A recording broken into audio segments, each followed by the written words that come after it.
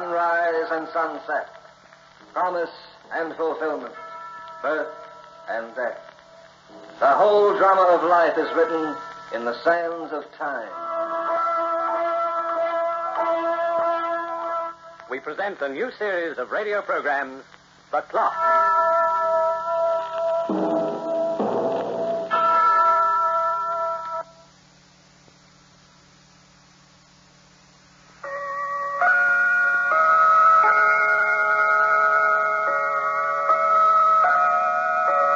Like almost anyone else, I'm rather proud of my family tree. My ancestry dates back to the first sunrise, if you'll be tolerant of a bit of boasting. Like Adam and Eve, my family made its beginning with day and night. Later, we expanded. You heard of the sundial? Well, he was a grand old patriarch on my father's side. And I've had a few famous cousin aunts in the Middle Ages. They measured their existence by notches on a tallow candle. As the family grew, so grew our prestige. Big Ben, for instance, is a famous relation of mine. Yes. In the old days, we were very dignified and severe. But today? Well, the younger generation is rather frivolous, I'm afraid. My great-great-grandfather was a solid old gentleman who was very close to the King of France.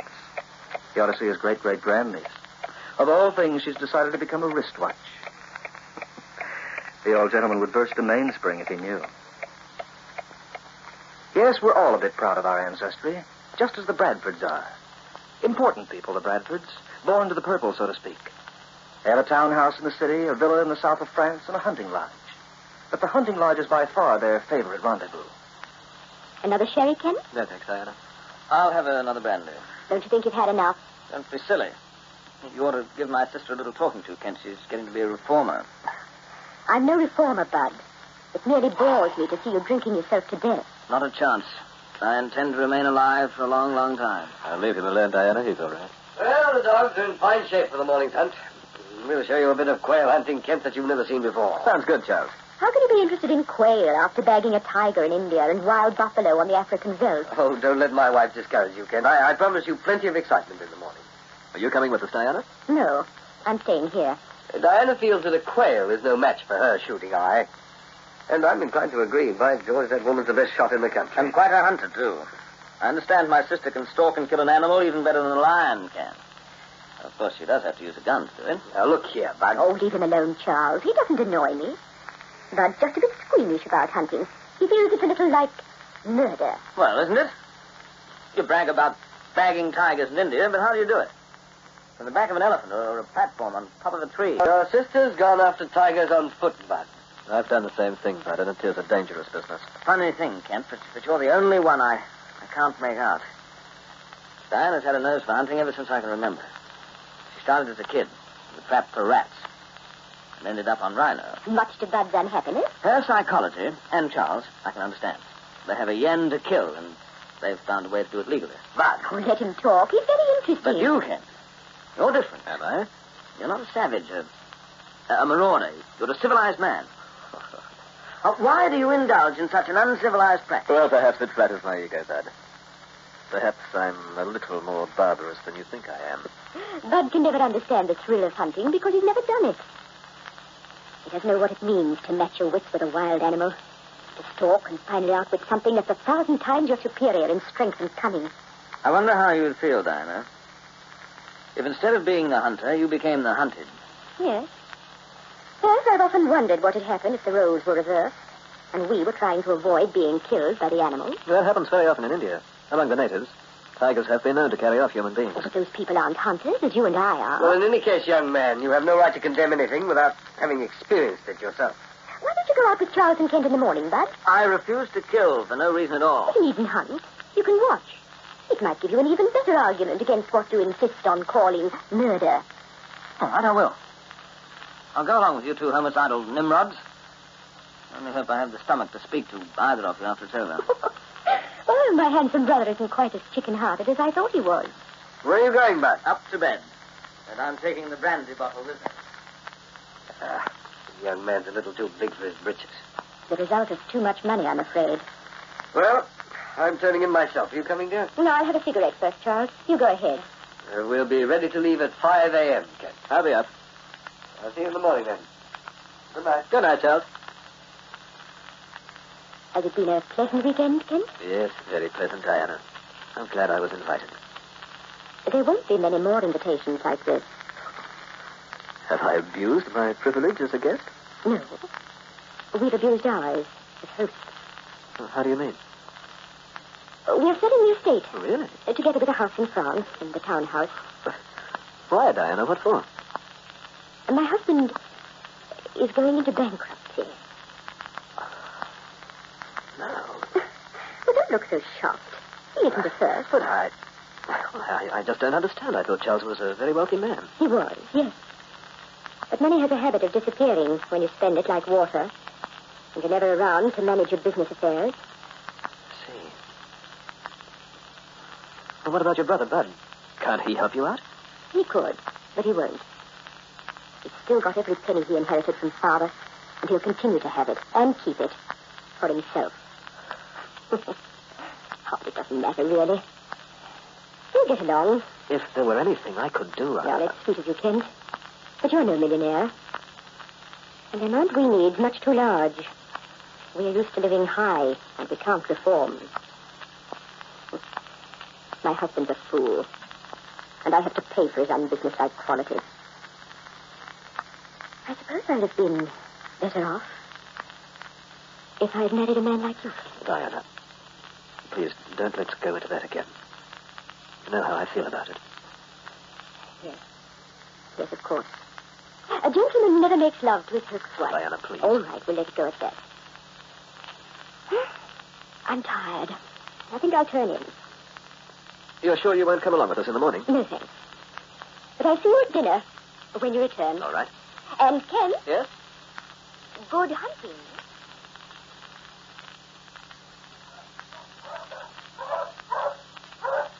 Fine morning, eh, Kent? Wonderful, Charles. A perfect morning for killing. Now, look here, lad. If you're coming along with us, let's have none of that. Bud, try to be tolerant until the hunt is over. I'll do my best. Those are two very excellent pointers you have there, Charles. King over here is the better one, no? The prince is just a bit over-anxious at times. He's inclined to false point on occasion. I think Queenie's caught a ground scent. What happens when those dogs locate the unlucky creatures? You butcher them in their nests? We flush them before we shoot, Bud. We don't fire unless they're on the wing. That's very decent of Hey, you. the dogs are entering the woods. Perhaps they're after something a little bigger than quail. No, I doubt it. Let's follow them in.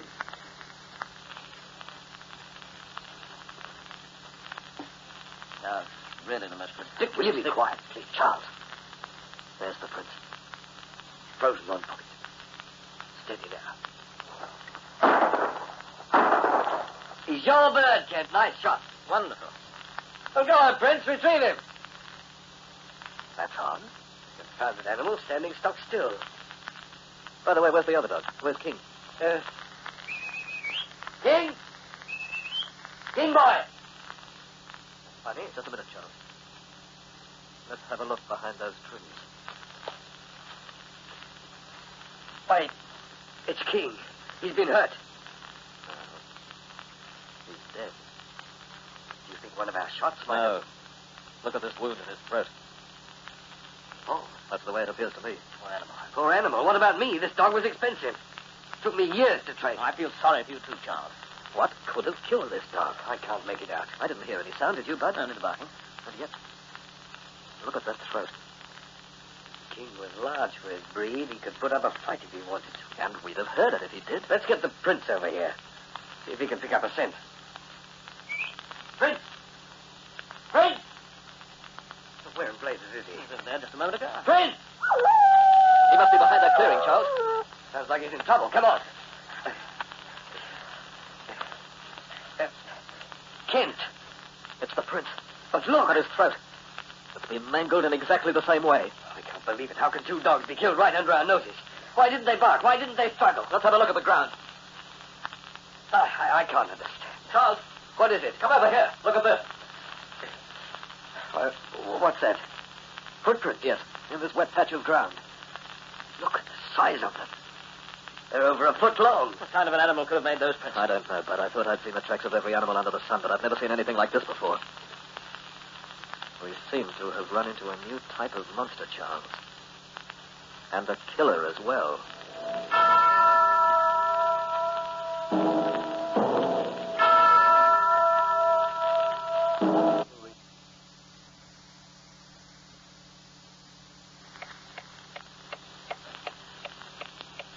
Since the beginning of time, knowledge has been man's best reassurance against fear. It has always been the unknown, the incomprehensible, that he has been afraid of. The first mammoth tracks for the prehistoric man, the first gorilla prints for the African savage, and now for 3 lone hunters, these mysterious and fearsome impressions in the mud. Have you found any more prints, Kent? No. Just these 3. 3? Yes, like a triangle. Well, you think this creature may be 3-legged? I don't know. Well, what will we do? I haven't decided yet. We're only carrying small-bore guns. If this monster's as big as you think it is, we... Well, the hunter seems to be a little worried. His gun isn't big enough. He needs nothing less than an armored tank to bag a rabbit. One more crack out of you, Bud. Brother-in-law or no brother-in-law? Charles, take it easy. My 2 best dogs. Massacred like chickens. If I could get a bead on whatever did the job, You want to try? Hard game if you are. I once saw a man bring down a lion with a light Springfield rifle. It was a lucky shot and it took nerve, but he did it. Between the 2 of us... The 2 of us is right. We won't get any help from this fool over here. I'll tell you what I'll do, Charles. I'll take the place of your dogs. What? I'll scout for you. I'm good at that sort of thing. You just watch the old bloodhound hit the trail. I'll yell if I see anything suspicious. Bud! Come on, let's follow him. Those footprints baffle me completely. Why only 3? And the web marks, I can't make those out either. They look something like a duck print. A duck? Providing you could find a duck that was 9 feet high. Is that how big you think the animal is? At least. I wonder... You wonder what, Charles? Well, I've heard stories. Wait a minute. Bud! Yes? You all right? The old bloodhound is still on the trail. What were you saying about stories, Charles? Well, they had to do with prehistoric monsters, swamp creatures from out of the past. Well, whatever it is, we'll catch up with it soon enough. Charles, wait. What's the matter? I want to examine this tree. You find anything unusual? Look at these holes. What are they? I'm not sure, but they could have been caused by heavy claws. There's nothing in the branches up there. Yet something must have scraped and climbed part of the way up this trunk very recently. Our quarry, Charles, may have wanted to keep an eye out. For us. I don't like this business, Kent. Neither do I. I think we ought to go back for more help. We could round up a party of 20 or so and beat the woods in a circle. Then, with bigger guns, we'd be in a better position. Yes, that's not a bad idea. Well, let's get started. Wait a minute. We've got to get Bud back here. Bud! Bud! He must have got too far ahead of us to hear. We'd better catch up with him, Charles. It would serve the idiot right if he got lost. He can't be too far away. We're only separated by a couple of 100 yards. Bud! Where are you, Bud? He's trying to trick us. I don't think so. You don't know this brother-in-law of Charles. What? Don't move. What do you see? There's something in that underbrush. Oh, blast its head. Don't fire. Wait until it moves. I don't see anything. Come a little closer. Quiet. Kent! Kent, look! It's Bud. His throat, Kent. He's dead.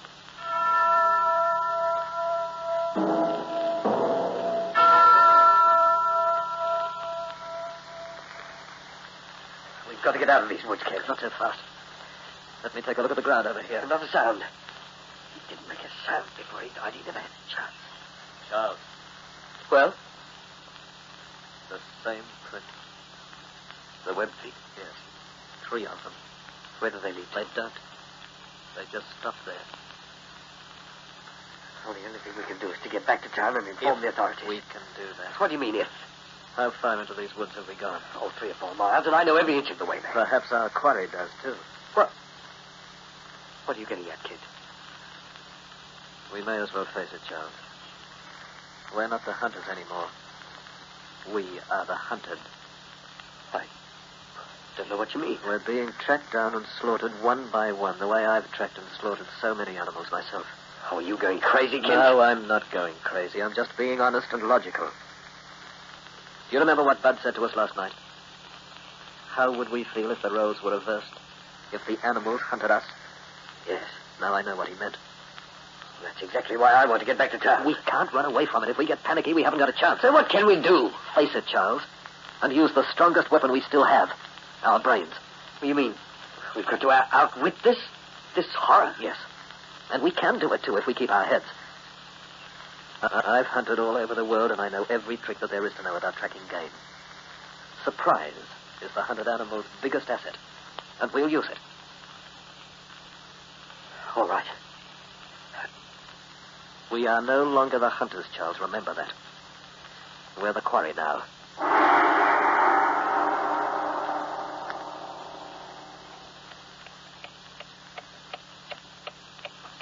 Have you ever wondered how it feels to be a hunted beast? Well, Charles and Kent are finding out. Listen. We're only a couple of miles from the edge of the woods now. Don't hurry. Walk slowly and watch. Kent. Yes. Look at that rock. It's a blood smear. Fresh. I'd say it was made in the last 5 minutes. Then that monster must be nearby. Can you climb, Charles? Climb? A tree. It forks about 10 feet up. We'll be fairly safe there for a while. I think I can make it. Go ahead. I'll cover you as you go up, and then you can cover me when I follow. All right. I've got a plan in mind that may work. We'll go over the details up there.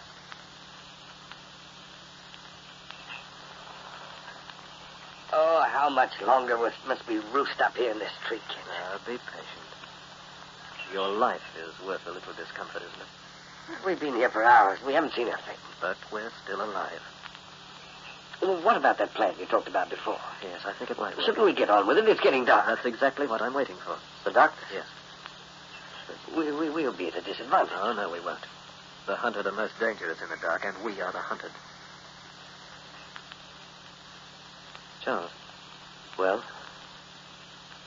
There's something I want to tell you about. What is it? It's about Diana and me.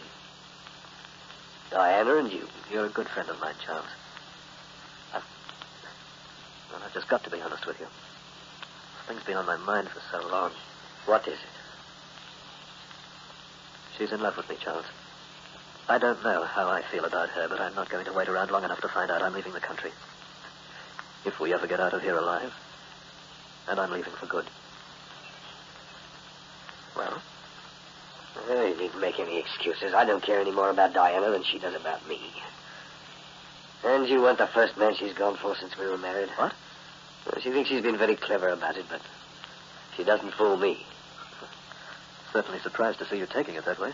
Stop being surprised and get us out of here. That's the only thing that interests me now. It'll be dark in a few more minutes, and then we can go to work. We'll place the trap right below this tree. You're setting a trap? Yes. Something that I learned in South America. I hope it works. And if it doesn't? Then it won't make any difference to either of us. Apart from Diana.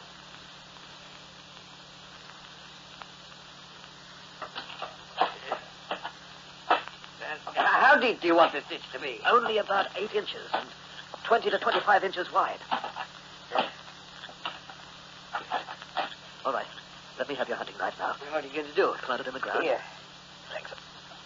Stick it in. Blade up. Over there. Oh, yes. I'm beginning to see what you're getting at. We'll try to attract our monster in this direction and keep our fingers crossed.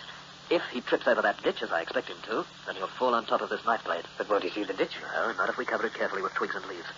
I better start doing that right away. There aren't enough dry leaves in this clearing, Kent. There may be some over the other side. Oh, I'll go and get some. Wait a minute. I thought I heard something.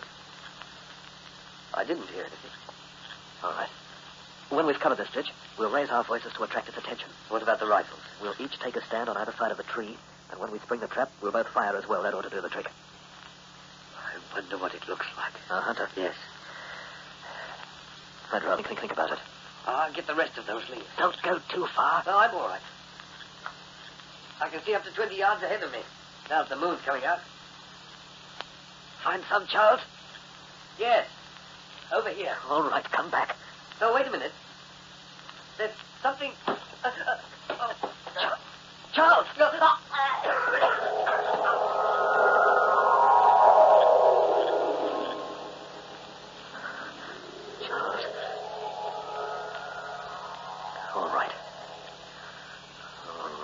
whoever you are, you sunk your claws into him, but you've one more to go, my invisible friend.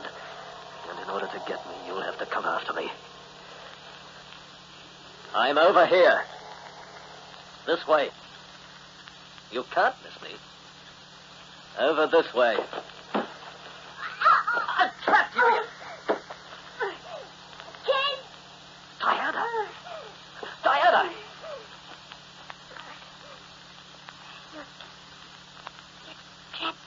Oh, no. The monster wasn't you. I was rather clever about it. Don't you think? So that's why the dogs didn't make a sound. They recognized you. I didn't want to kill you, Ken. Just the others. And the dogs had to go before I could get to them. But why, Diana? Why did you do it? I killed Bud for his money. And I killed Charles for you. I used these hooks strapped to my fingers. You must have been insane. Insane? The footprints. They were your rubber swimming fins. Yes. But your trap was more. Diana. Don't try to move. You'll only be wasting your time. Remember, I wished you good hunting, Ken. Well, I trust you had it with me.